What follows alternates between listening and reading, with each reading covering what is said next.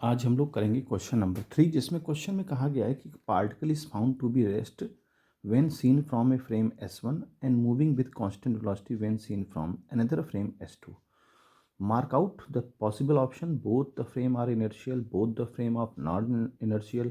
S1 is inertial, S2 is non-inertial, S1 is non-inertial and S2 is inertial. तो सबसे पहले देखिए inertial frame क्या होता है, हम उसके बारे में बात करते हैं. इनर्शियल फ्रेम वो होता है अगर वो फ्रेम रेस्ट में हो, यानी उसमें कोई वेलोसिटी ना हो, तब वो इनर्शियल फ्रेम कहलाएगा, या उसमें कांस्टेंट वेलोसिटी हो या यूनिफॉर्म वेलोसिटी हो. अगर कांस्टेंट वेलोसिटी होगी तो उसका एक्सेलरेशन ज़ीरो होगा. दोनों ही केस अगर सेटिस्फाई करते हैं तो वो फ्रेम इनर्शियल होगा, अदरवाइज नॉन इनर्शियल होगा. तो सबसे पहले हमको ये समझना जरूरी था. ये की पॉइंट है इसका क्वेश्चन का. तो अब देखिए, मान लें कि यहाँ एक कोई पार्टिकल है, ये कोई पार्टिकल है और ये कांस्टेंट वेलोसिटी से मूव कर रहा है. ठीक है. अब कहता है क्वेश्चन में कि एक इनर्शियल फ्रेम है, इसमें कोई एक ऑब्जर्वर है, ठीक है, और दूसरा एक इनर्शियल फ्रेम है, सॉरी एक फ्रेम है जिसका ऑब्जर्वर S2 है. अब क्वेश्चन में कहता है कि चूंकि जब S1 देखता है इसको, तो S1 को ये रेस्ट में लगता है, S1 को ये रेस्ट में लगता है. तो देखो ये तभी संभव है जब S1 भी v वेलोसिटी से मूव कर रहा हो. ठीक है, v वेलोसिटी से मूव कर रहा हो, यानी कांस्टेंट वेलोसिटी. चूंकि ये कांस्टेंट वेलोसिटी से मूव कर रहा है, क्वेश्चन में ऐसा बोला गया है कि कांस्टेंट वेलोसिटी से मूव कर रहा है. तो जब ये चीज़ हम देखेंगे, इसको ये ऑब्जर्वर देखेगा S1 वाला इसको, तो इसको ये रेस्ट में लग रहा है. इसका मतलब ये भी उतनी ही स्पीड से मूव कर रहा है. जैसे मान लीजिए कहीं आप जाते हैं रेलवे में, तो दो गाड़ियां अगर साथ चल रही हैं, तो ये वाला पैसेंजर, इस खिड़की में जो पैसेंजर बैठा है वो उसको रेस्ट में दिखाई देगा अगर सेम स्पीड से मूव कर रही है. तो अगर ये ऑब्जर्वर इसको रेस्ट में देख रहा है, इसका मतलब जरूर ये उसी वेलोसिटी से मूव कर रहा होगा. इसका मतलब इसकी वेलोसिटी कांस्टेंट होगी. अगर इसकी वेलोसिटी कांस्टेंट है तो इसका एक्सेलरेशन क्या होगा, ज़ीरो होगा.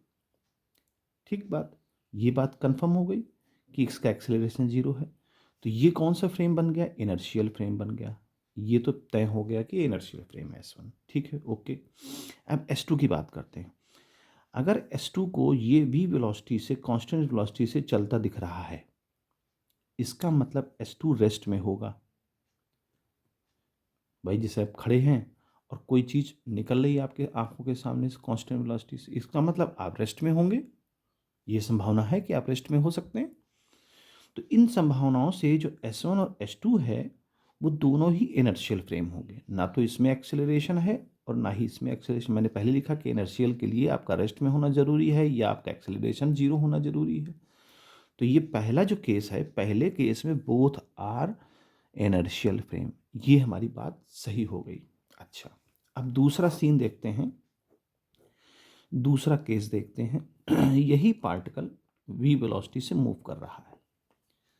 जो जिस पार्टिकल की हम लोग बात कर रहे हैं, ये v वेलोसिटी से मूव कर रहा है. ठीक है, ओके. ये v वेलोसिटी से मूव कर रहा है. अब यहाँ जो एक ऑब्जर्वर बैठा है S1 फ्रेम में, उसकी बात करते हैं पहले.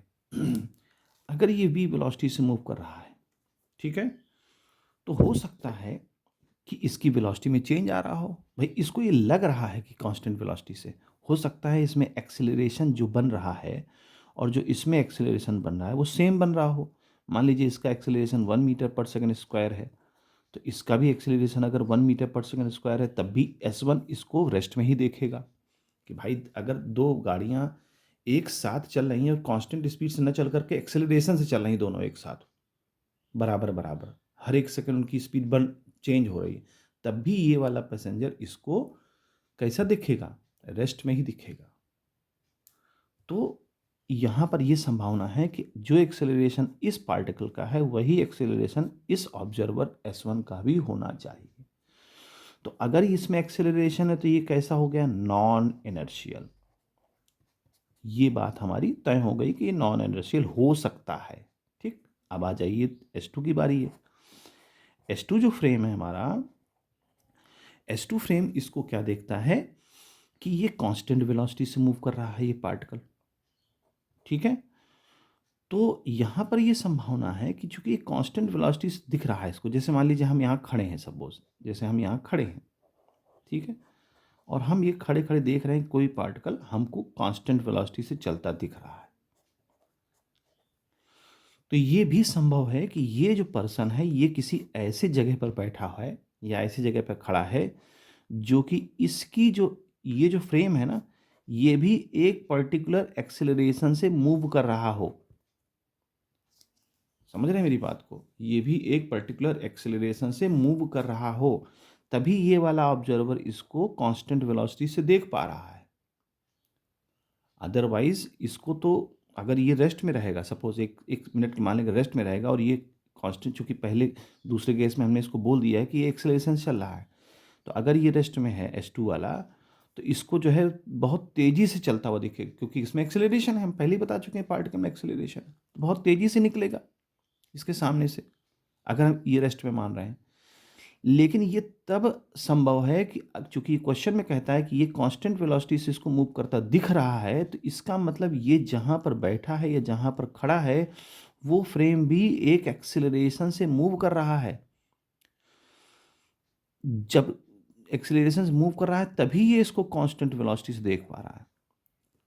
अगर जैसे मान लीजिए ये ऑब्जर्वर है और ये अगर कांस्टेंट वेलोसिटी से इसको मूव करता दिख रहा है, यानी ये भी चल रहा है, ये भी चल रहा होगा एक अपनी पर्टिकुलर एक्सेलरेशन से।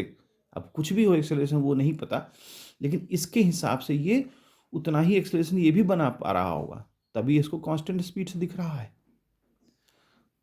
तो इसका मतलब क्या हुआ कि S2 भी एक एक्सेलरेशन क्रिएट कर रहा है, प्रोड्यूस कर रहा है। तो इसका मतलब क्या हुआ, S2 भी यहाँ पर नॉन इनर्शियल होगा, S2 भी यहाँ नॉन इनर्शियल होगा। तो जो ऑप्शन दूसरा वाला है कि बोथ द फ्रेम में भी, मतलब both the frame are non inertial, तो ये बिल्कुल करेक्ट है कि ऐसा भी संभव है कि ये दोनों फ्रेम जो है हमारे नॉन इनर्शियल होंगे। उम्मीद है ये समझ में आया होगा। अगर कोई प्रॉब्लम है you may ask comment section.